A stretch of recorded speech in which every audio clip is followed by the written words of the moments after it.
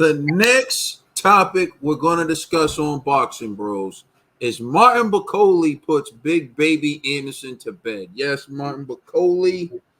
Um, he stopped Big Baby Anderson, and rightfully so, because I was afraid that if that fight continued a minute longer and Barkole landed another punch, it would have been really bad for Big Baby. So, Trill Dollar Bill, two questions for you. One, what was your reaction to the fight? And two, does this mean that Gerald Miller is now the real Big Baby? All right, go ahead. I mean, yeah. Yeah. I picked Big Anderson to win this fight because I felt like he was more athletically gifted, more talented, and he showed that. But he got a little bit too cocky. I thought he would be more disciplined, and he wasn't. I thought that this would be a good 12-round fight, and he would outbox him 12 rounds to get the decision, maybe even stop him later if he got him tired. But he went in there with the wrong game plan, and he learned a valuable lesson. You know what I'm saying? Don't go in there when you see a guy got 50 pounds on you to thinking that you can slug with him. You know what I'm saying? We seen what it is. You had the blooper. He was boxing in and out, boxing up and down, jab up and down, and get up out of there. No, you sat there too long, and you paid the price. It was just a learning thing you had to learn. Be back. You got less losses than the other Big Baby. So it's still up for grabs. Who's the real Big Baby? You know what I'm saying? To me, Anderson is still the real Big Baby because he ain't never got caught cheating. You know what I'm saying? Big Baby, he was so intimidated by Anthony Joshua. You already called it, bro. He took every possible drug he could get his hands on. Tylenol too. You know what I'm saying?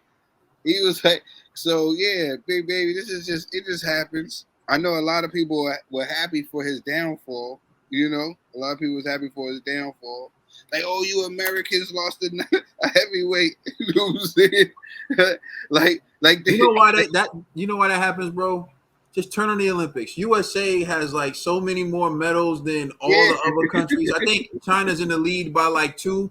But by the end, we'll count the gold. Like, America is so much better than all the other countries. We've been doing. I was telling them we've been doing belt to butt for a long time. Like, we've been doing belt to butt for a long time. You know what I'm saying? And that's like I'm watching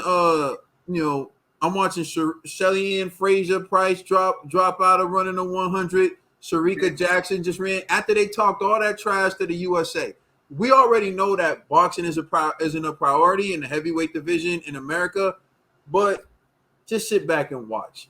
And I'll just say this, and I'll throw it back to you, bro. I know the floor is yours. Yeah. All the talk they have, all their best fighters lose to Americans. Yeah. They always lose to Americans. You name the best heavyweight, they lose to Americans. And that's just the way it is. So it doesn't even matter. You can go ahead, bro. You already know.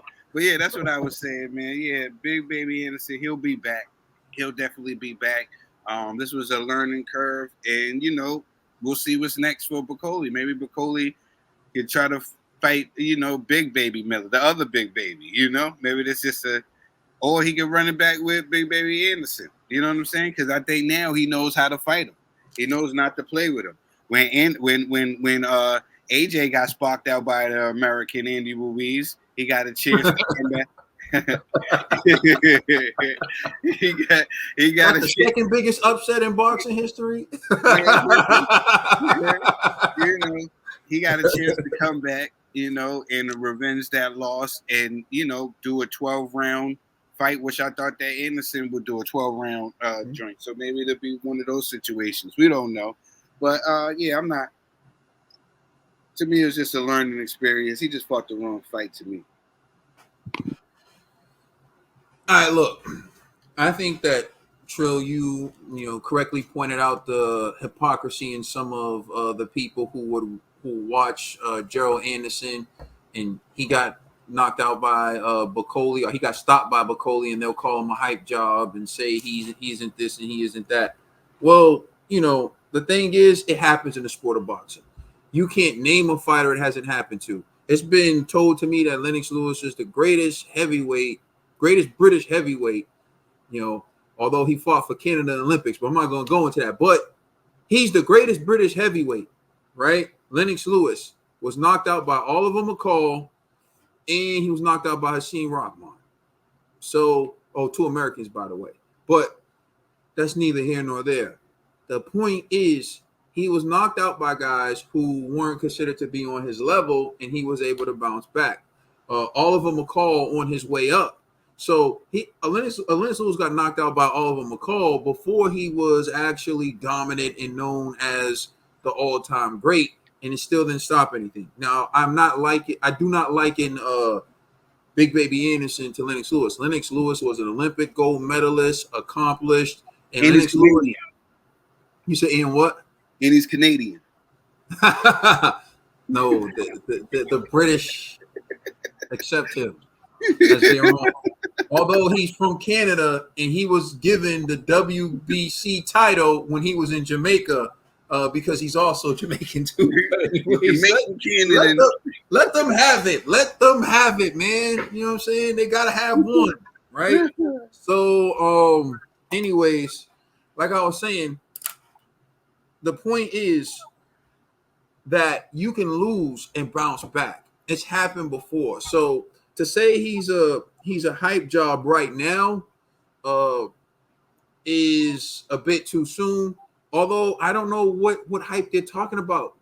I never said that Gerald Miller was like that. I know he was dubbed the next great American heavyweight, but Eddie says a lot of things that aren't true. Eddie says a lot of things that are smoke and mirrors. And then when I call Eddie out on it, you say, oh, he was just doing that. He was the promoter. What you expect him to do? What do you expect Bob Arum to do?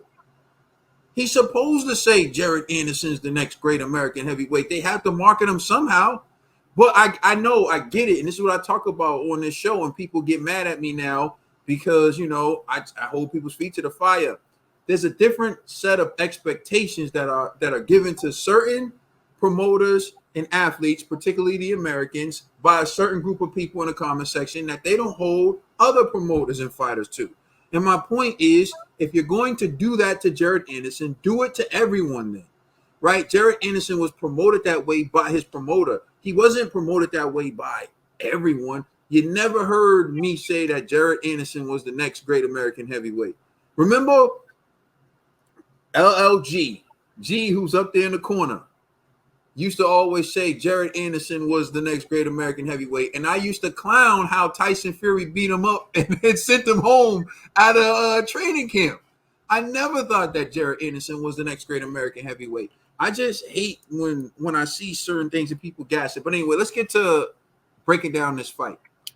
Breaking down this fight, I'm with you, Trill.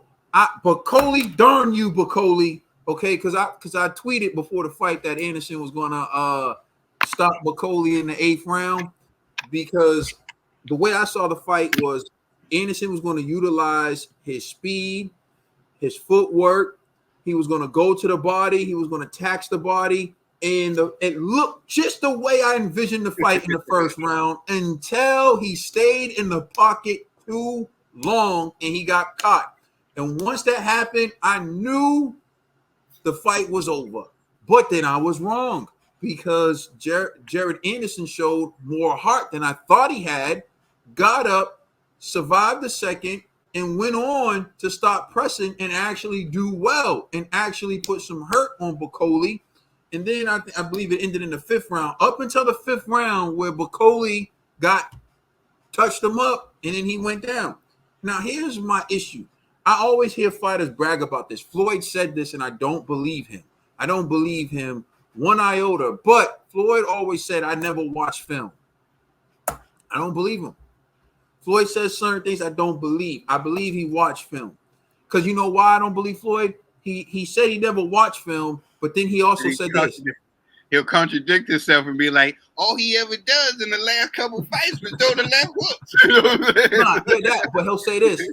I watch fighters when they're at their best. Yeah. I watch their best performances. Mm-hmm. So because he says, I always know I'm going to get their best. So why do you watch how can you be watching their best performances if you never watch film? So my thing is with Jared Anderson, did you watch any film on Barkole? All you had to do was get in and out, single punch, 2 punches at max. Barkole's footwork is horrible. Barkole needed Jared Anderson to come to him. And that's exactly what he did. You were breaking down the body. You were poking at the body. You were chopping down the tree. You don't go and stand and go toe-to-toe with Barkole. See, you wanted to impress Turkey Al-Sheikh. You wanted to impress the crowd. You wanted to make a statement. See, that's the trap that they want. That's the trap they want American fighters to fall into. Because, see, American fighters are the ones who utilize the slick boxing style the most. American fighters are the ones who get in and out, utilize athleticism. As you can tell, people who come from countries that aren't as athletic as the United States of America, they want you to stand still and go toe-to-toe with them. They want you to do that so they can see you get knocked out and be like, oh, Barkole, Shakur's a runner, whatever. If they're runners, then go catch them.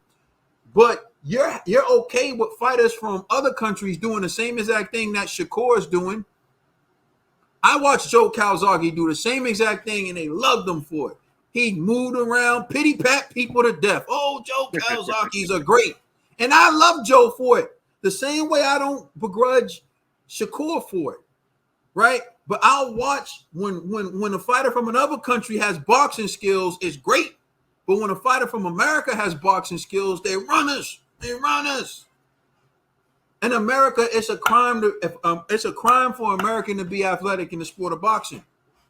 But Jared Big Baby Anderson should have done what Usyk does. He should have done what the skilled fighters do. He should have just went in and out, single punch, 1 punch, until you broke down Barkole enough to where his tank was gone, and then you could have sieged in. Because Barkole had one of the biggest guts I've ever seen on a boxer. He wore a girdle to the weigh-in. He had to cover that stomach at the weigh-in. I don't know if you saw that. I ain't never seen Barkole had to cover the muffin top.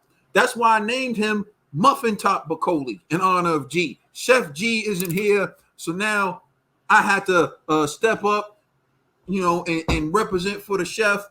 Muffin Top Barkole. That's what I named him. But in all seriousness, Barkole did what he was supposed to do. He fought a terrific fight.